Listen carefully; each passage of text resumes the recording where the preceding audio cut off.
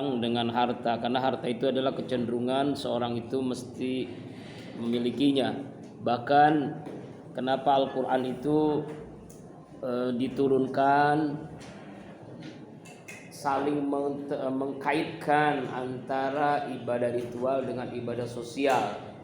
Misalnya ayat aqimus shalah wa atuz zakat, dirikan salat, tunaikan zakat, ya kan? Aqimus fasholli li rabbika wanhar, salatlah dan berkurbanlah. Artinya orang yang bertakwa itu orang yang soleh ritual dibuktikan dengan salat, kemudian soleh sosial dibuktikan dengan harta yang dizakatkan. Ya, dalam sejarah Rasulullah SAW pernah mengungkapkan 10 sahabat yang dijamin Rasulullah masuk surga itu 9 orang kaya raya, hanya 1 orang yang miskin, yaitu Ali bin Abi Thalib. Abu Bakar As-Siddiq, beliau menginfakkan seluruh hartanya. Ketika ditanya oleh Rasulullah, bagaimana dengan keluargamu? Saya punya Allah dan Rasul. Kemudian kalau Umar bin Khattab, separuh hartanya. Abdullah bin Auf, beliau setiap hari berinfak, beramal jariah, bersedekah itu 10.000 dinar. 1 dinar itu 1 gram emas. Ya, 4 gram emas, maaf. 1 dinar 4 gram emas. Dikali 10.000 setiap hari. Tapi yang menarik doanya Abdullah bin Auf, ya Allah rugikan bisnis saya. Apa yang terjadi? Bisnisnya nggak rugi-rugi. Kenapa? Karena dia yakin dengan janji Rasulullah, ma naqasa malun min shadaqatin, tidak akan berkurang harta lantaran sedekah. Jadi saling keterkaitan antara ibadah ritual dengan ibadah sosial. Ya, makanya ada zakat, ada infak, ada sedekah, ada wakaf, ada warisan, ya kan, ada hadiah, ada hibah, ada kurban, ada akikah, semuanya itu kaitannya dengan harta. Nah, pertanyaan-pertanyaan yang tadi disampaikan dan sudah terjawab ya. Yang pertama masalah apa ini? Zakat dan sedekah. Apakah semua harta harus dikeluarkan? Begini, dalam Islam itu harta itu ada 3. Harta yang dimakan jadi kotoran, harta yang disimpan jadi warisan, jadi rebutan, harta yang diinfakkan, disedekahkan. Itulah harta kita sebenarnya. Ya, ada yang wajib namanya zakat, ada yang sunnah namanya infak, ada namanya sedekah.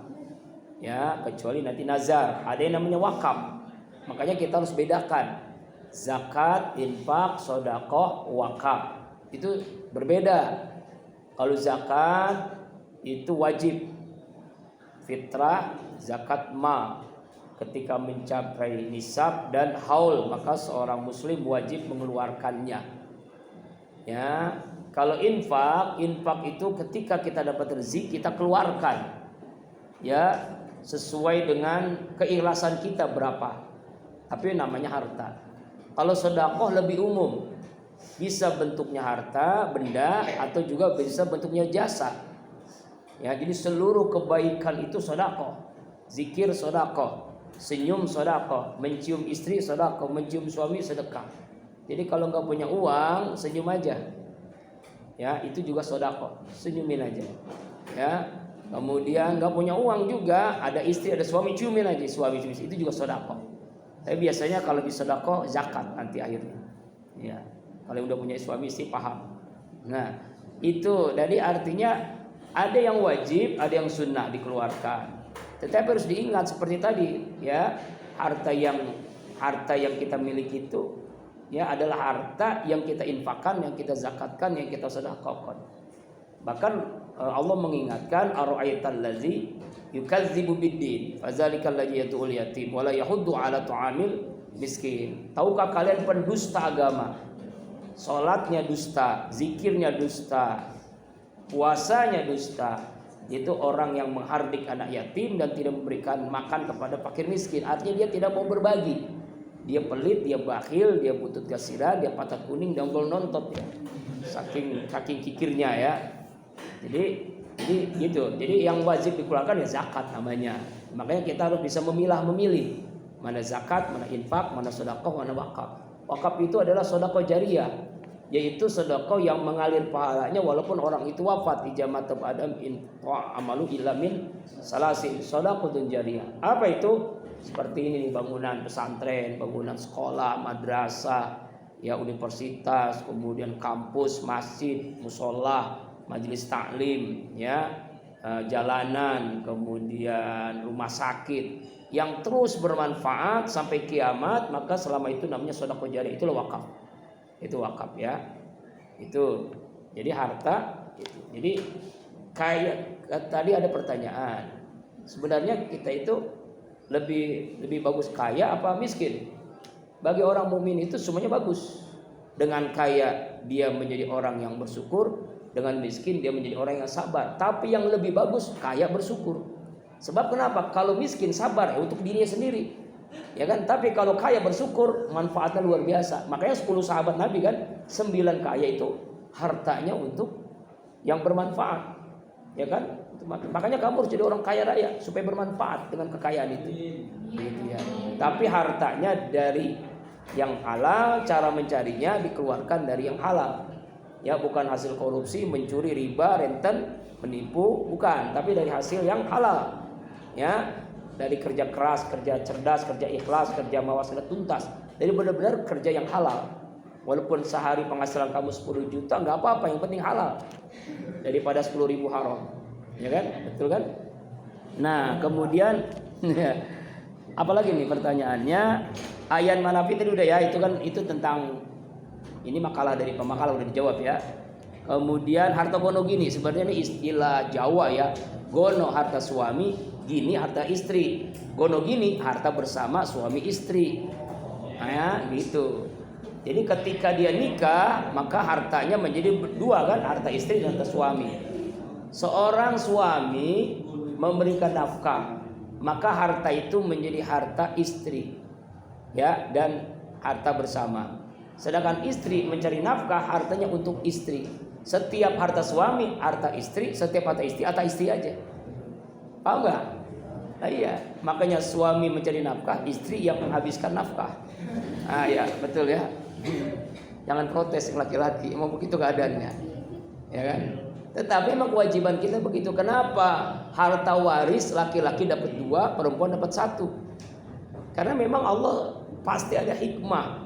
Allah menetapkan itu pasti ada hikmahnya. Jangan diotak-atik. Itu ayatnya jelas. Ya kan, lizakar mislu hazin as-sayyin ini dalam surah An-Nisa itu kan ayat 11. Laki-laki dapat 2 bagian dari perempuan begitu. Karena nanti dia punya suami, punya suami, dari suami itulah hartanya lebih banyak kan, buat istri juga kan akhirnya. Nah, makanya sebenarnya dalam Islam itu tidak ada harta gono gini, itu istilah dari Jawa, gono dan gini. Jadi harta bersama. Ketika bercerai, nah itu yang dipermasalahkan. Makanya Indonesia ini ada namanya undang-undang, ya, undang-undang pernikahan. Dan undang pernikahan itu nanti ketika ada kasus perceraian mengungkit masalah harta, nanti disinilah pengadilan harus jelas harta ini. Makanya ketika nikah itu kalau nggak bercerai, alhamdulillah nggak bercerai, tapi kalau bercerai itu harus tulis mobil atas nama istri, rumah atas nama suami. Nah, nanti ketika ada kasus perceraian, buktinya apa? Ini harta istri, STNK, BPKB kepemilikannya, tanah ini milik istri. Kalau semuanya nama milik istri, itu berapa ya nanti? Akhirnya kita pulang cerai nggak punya apa-apa. Iya kan ya? Makanya kalau bisa jangan semuanya, walaupun kita sayang banget dengan istri, jangan semuanya atas nama istri. Kalau istri 1, kalau istri 4, nah itu berapa itu? Ya kan ya? Dan harus dapat bagian harta waris kan? Semua istri harus bagiannya sama kalau istrinya. Makanya lebih baik punya istri 1 di Sawangan, 1. Nah, ya itu yang saya ngomong ya. Bagaimana? Cicilan meninggal itu termasuk hutang. Nanti kita bicara hutang piutang ya. Apapun namanya, cicilan itu hutang. Siapa yang wajib? Ahli warisnya. Ketika Rasulullah SAW menyolatkan jenazah, beliau bertanya kepada ahli warisnya, ya, sebab ternyata ditelusuri mayit ini masih punya hutang. Rasul menunda menyolatkan jenazah ini. Tapi karena miskin, akhirnya Rasul bersabda kepada sahabat-sahabat, para sahabat, siapa yang ingin mendapatkan pahala yang lebih besar dari sedekah? Pahala lebih besar dari sedekah apa itu? Melunasi hutang. Nah, sahabat berlomba-lomba tuh akhirnya melunasi hutang jenazah yang tadi punya hutang. Baru dah Rasulullah berani menyolatkan. Jadi harta hutang ini Pak, teman-teman, ini hati-hati nih. Ya, hutang itu kalau tidak dibayar ketika hidup, lalu ahli warisnya menyepelekannya, orang tidak akan masuk surga itu. Jadi jenazah tidak akan masuk surga kalau punya hutang ketika wafatnya. Makanya kewajiban anak wajib melunasi hutang orang tuanya. Arba'u khisalin, ketika Rasul mengatakan, sahabat bertanya Rasulullah, adakah kewajiban saya kepada orang tua saya setelah orang tua saya meninggal dunia? Pertama, as-salatu alaihi, menyolatkannya, artinya mendoakannya. Kedua, istighfaruhuma, memintakan ampun untuknya. Ketiga, nah ini nih diantaranya, melunasi hutangnya. Hutangnya harus dilunasi oleh ahli warisnya, anaknya, keluarganya. Ya, itu kewajiban anak berorang tua. Ya, kalau punya wasiat, tunaikan wasiatnya. Misalnya sebelum wafat, yang meninggal ini berkata kepada anaknya, "Hai anak, nanti ya sebelum saya wafat nih, saya wasiat nih, itu ruko no di pinggir jalan jangan dijual." Kenapa, Pak? Milik Cina, bukan milik kita gitu ya. Milik orang lain bisa dijual. Padahal udah seneng-seneng dia. Bercanda ya. Maksudnya adalah wasiat itu harus wajib ditunaikan. Ada meninggal wajib ditunaikan. Tanah ini misalnya untuk wakaf, untuk musola, itu wajib untuk musola tuh. Makanya kenapa di kantor urusan agama ada akte ikrar wakaf. Jadi begini harus diingat nih, saya sampaikan ke mahasiswa HKI ya. Kamu nih nanti kan misalnya kerja di KUA. KUA itu bukan hanya kerjanya nikahin doang, tapi juga ngurus masalah waris, masalah wasiat, masalah wakaf. Ketika KUA tidak bisa menangani, baru ke pengadilan agama. Pengadilan agama nggak bisa mengenali, namanya PTA, Pengadilan Tinggi Agama. Pengadilan Tinggi Agama tidak menangani, ya Mahkamah Agung paling terakhir itu. Kalau bisa nggak menangani kasus masalah waris, sebab masalah uang, masalah harta ini nggak ada saudaranya, ya kan? Makanya pembagiannya jelas. Nggak tahu kalau di tarbiyah ada nggak mata kuliah fikih mawaris? Nggak tahu, kalau ada nanti ya mudah-mudahan ya orang lain. Kalau saya ngajar kan memang saya bilang ke kampus, saya ngajar itu harus yang spesialisasi, arti ilmu yang saya tekuni, fikih semua fikih munakahat, fikih mawaris, fikih siasa, fikih ibadah, ya, atau usul fikih atau masalah fikih dan sebagainya yang berkenaan dengan fikih. Sebab kalau bukan bidangan nanti berabe gitu kan. Nah, fikih mawaris itu kita jelasin fikih mawaris sekarang tuh masih di HKI itu. Jadi orang-orang yang kerja di KUA itu bukan hanya ngurus nikah doang. Selama ini kita kan cuma KUA nih. Apa nikah? Bukan. Wakaf juga, akte ikrar wakaf yang lain itu bukan KUA. Jadi kalau kamu punya yayasan, punya madrasah, punya sekolah, pakai akte ikrar wakaf atau masjid, itu harus ke KUA, bukan ke pengadilan. Pengadilan itu kasusnya. Sama dengan nikah kan? Nikah ke KUA, cerai ke pengadilan, tapi lewat KUA dulu. Kalau bisa ditangani KUA, di KUA. Makanya kan sebelum nikah ada namanya apa? Nasihat pra nikah begitu kan. Itulah. Ya. Jadi kata saya kepada HKI ini, kepada jurusan HKI, kamu itu peluang pekerjaannya luas banget. Bisa jadi KUA, pengadilan, Tinggi Agama, Mahkamah Agung, Jaksa Agung, bisa. Jadi pengacara juga bisa, jadi guru juga, dosen juga bisa. Kalau pengen ya seperti itu, ya. Karena keilmuan syariah itu bisa umum. Makanya sekarang gelarnya SH kan, kalau dulu kan SAG ya. Kalau sekarang SH, sarjana hukum.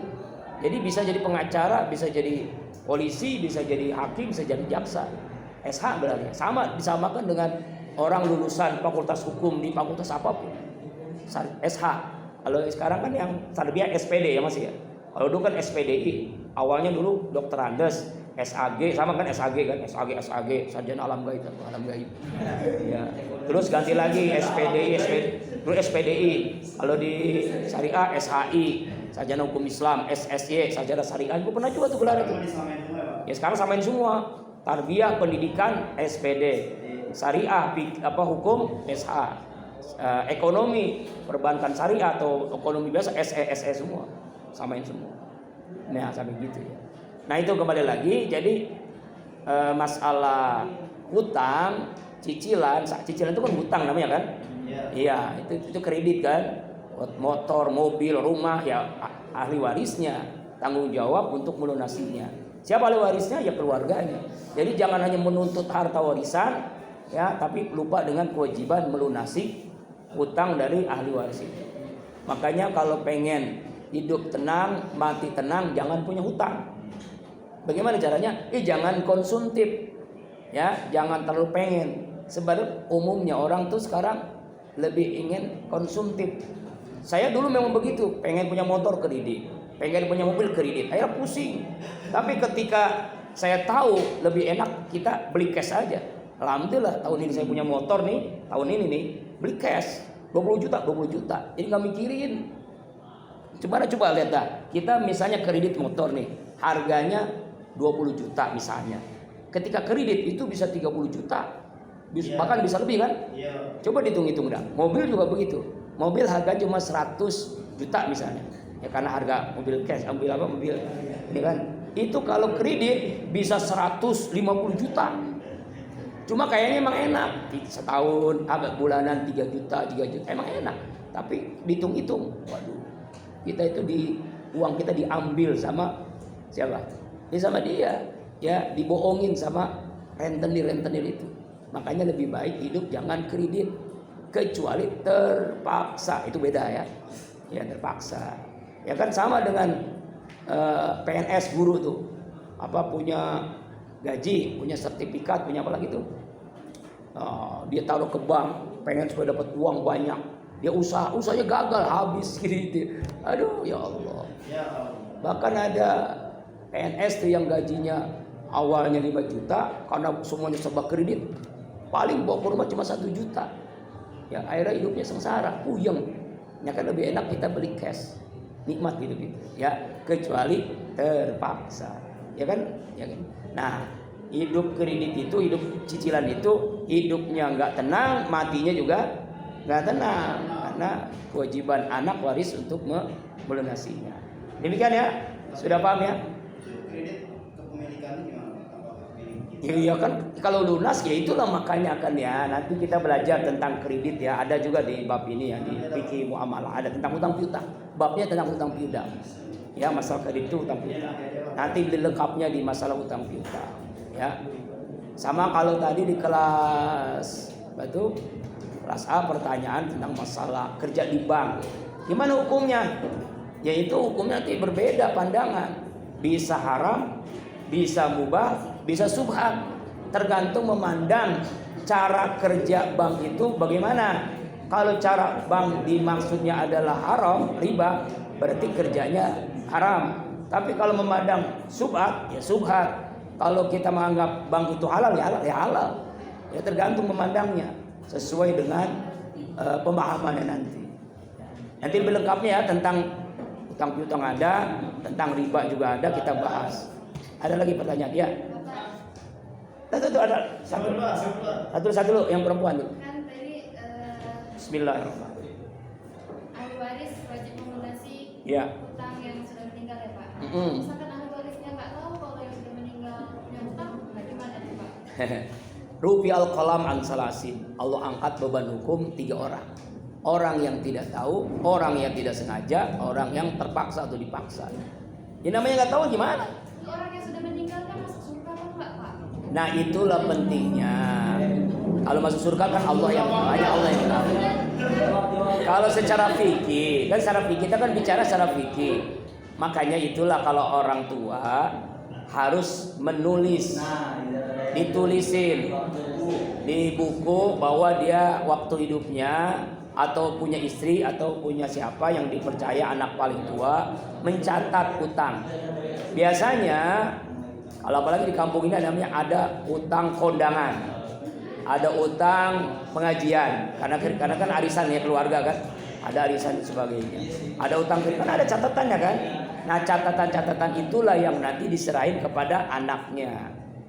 Ya minimal kalau orang bapaknya meninggal, istrinya tahu. Ya, istrinya tahu. Mengenai nanti punya, memang hadisnya begitu. Sebab begini, ketika di akhirat dia kan wajib melunasi hutang. Utangnya kan banyak, sedangkan ahli warisnya nggak bayarin. Maka membayar hutangnya dengan apa? Dengan pahala sholatnya, dengan pahala puasanya, dengan pahala infaknya, dengan pahala hajinya, dengan pahala ngajinya, zikirnya. Pahala-pahala itu menembus hutang, membayar hutang, akhirnya habis. Gimana masuk surga? Karena amalannya habis kan? Karena untuk melunasi hutang. Itulah pentingnya hidup enak itu, indah itu, nggak punya utang, mati juga nggak punya utang. Yang disebut dengan Al-Quran itu surah Al-Fajr, ya ayyatuhan nafsul mutmainnah irji'i ila rabbi radiyatan mardiyah fadkhuli fi ibadi wadkhuli jannati. Makanya kalau terlanjur ngutang, caranya supaya lunas, amalkan amalan yang dicontohkan Rasulullah, yaitu diantara sholat duha, banyakin istighfar, banyakin sedekah. Sebab sedekah itu menarik rezeki, istighfar memudahkan rezeki, dan sholat duha itu memudahkan membayar hutang. Nanti insya Allah walaupun punya hutang, diberikan kemudahan untuk melunasi hutang. Makanya doanya kan apa? In kana rizki fis sama fa'anjiru. Jika di langit turunkan, di bumi keluarkan, yang jauh dekatkan, yang sulit mudahkan. Maka rezeki mudah, lunas saya hutang. Ada aja rezekinya dari hamba Allah yang bisa melunasi hutang. Begitu diantaranya. Makanya jangan sampai kalau kamu hidup itu jangan punya utang kecuali terpaksa. Ya, ada lagi. Ya. Ada pondok sini lagi Pak. Ya. Ada apa? Seumpama harta bersama. Ya, ya. Sama teman saya nih. Ya. Kita bikin usaha bareng. Oh, usaha. Oh, operasi. Bikin Ya. operasi. Ya, PT. Jalan, salah satu dari kita kemudian meninggal. Lalu bagaimana itu hukum kepemilikannya? Sejak awal ada di atas hitam putih perjanjian. Ya, nanti di makalah adik itu juga ada kalau nggak salah tentang masalah koperasi ya. Ya, harta bersama ini perusahaan, namanya perusahaan itu bisa 2 orang, bisa 3 orang dan sebagainya. Biasanya ada perjanjian, ya kan, kepemilikan dan sebagainya. Nanti kalau meninggal salah seorang, maka ke perusahaan ini dialihkan ke ahli warisnya, ya kan ya, ahli warisnya. Sama dengan kita, misalnya punya deposit di bank, ya, Bank Miun, Bank Parto, Bank apa gitu kan ya, macam bank, karena banknya banyak kan. Nah, biasanya kan ada pengalihan. Sama dengan orang ini, contoh daftar haji dah. Daftar haji ini kan sekarang di Indonesia ini Depok ini sampai 30 tahun kalau nggak salah ya. 30 tahun yang reguler kan. Lalu dia meninggal. Lalu dialihkan ke anaknya untuk bisa menggantikan orang tuanya ibadah haji. Itu kayak begitu aja model. Jadi dialihkan namanya. Dialihkan. Dan itu nanti ada hitam di atas putih, di materai, dan ada perjanjian sebagainya ya. Ada lagi? Cukup ya? Ada lagi apa? Yang tadi kan referensi nggak tahu kan, ya udah nggak apa-apa tahu nggak tahu gitu ya Pak. Iya. Terus ada nggak caranya kayak misalkan kalau orang tua kita meninggal gitu ya Pak, puasanya ada yang meninggal gitu. Iya. Itu bisa kan kita kepoin gitu ya Pak. Iya. Untuk orang tua. Nah kalau orang tuanya punya hutang, cara apa yang kita lakukan sebagai anaknya kalau anaknya nggak tahu? Nah, tadi kan ada 4 kewajiban, saya belum selesai ya. Mendoakannya, memintakan ampun untuknya. Kalau punya hutang lunaskan, kalau dia punya wasiat tunaikan. Yang keempat, kewajiban anak kepada orang tua yang meninggal, yaitu sebagaimana dalam hadis dijelaskan itu, yaitu kita bersilaturahim ke teman dekat orang tua kita atau saudaranya yang terdekat. Biasanya kan ada, misalnya ada emak kita yang wafat atau bapak kita itu ada teman dekat lah. Ya, bestinya gitu ya, atau istri atau ibu kita punya teman dekatnya atau tetangga ya. Nah, kita berbuat baik kepada dia. Itu orang tua itu senang kalau kita berbuat baik kepada tetangganya, apalagi saudara kandungnya, kakak adiknya, saudara encang-encingnya kan, berarti encang-encing kita kan. Itu senang tuh. Kalau kita punya rezeki, berikan hadiah untuknya. Ini dilakukan oleh Abdullah bin Umar. Abdullah bin Umar ini ketika berjalan bersama sahabatnya, dia bawa onta, dia bawa sorban. Ketemu orang tua Baduy dah. Orang yang sudah tua aki-aki. Dia cium tangan, lalu ucapan salam, cium tangan, sorban yang dia bawa dia kasih, onta yang dia bawa dia kasih, dia beri. Temannya ngomong, ente kok baik banget, baru ketemu sama orang di tengah jalan, aki-aki, kok langsung memberikan sesuatu yang luar biasa. Ucapin salam, cium tangan, kamu punya sorban kamu kasih, kamu punya onta kamu kasih. Apa jawaban Abdullah bin Umar? Sahabatku, ya, tanda bakti anak kepada orang tua meninggal dunia adalah berbuat baik kepada teman dekatnya. Ini orang tua ini bukan orang sembarangan, teman dekat ayah saya Umar bin Khattab. Sering bestinya, sering tempat, sering curhat di mana-mana. Saya tahu dia. Lalu kata Rasulullah, berikan terbaik. Saya punya hadiah, saya punya sorban, saya kasih. Saya bawa onta, saya kasih. Jadi kalau nanti misalnya orang tua kamu meninggal, kamu lagi bawa motor, bawa handphone, kasih aja ke orang itu. Dia insya Allah senang dia itu. Tiba-tiba dapat handphone, tiba-tiba dapat motor. Ya, kitanya yang rugi ya, motor. Lah iyalah. Ya Allah, tiba-tiba dapat motor, tiba-tiba senang di aki-aki itu kan. Ini itu kan. Itu cara bakti, caranya begitu. Artinya berbuat baik kepada teman dekat orang tua. Itu sebagai cara. Mudah-mudahan dengan cara begitu nanti bisa utang itu bisa lunas dengan kebaikan kita, dengan doa kita. 4 kewajiban tadi ya kan?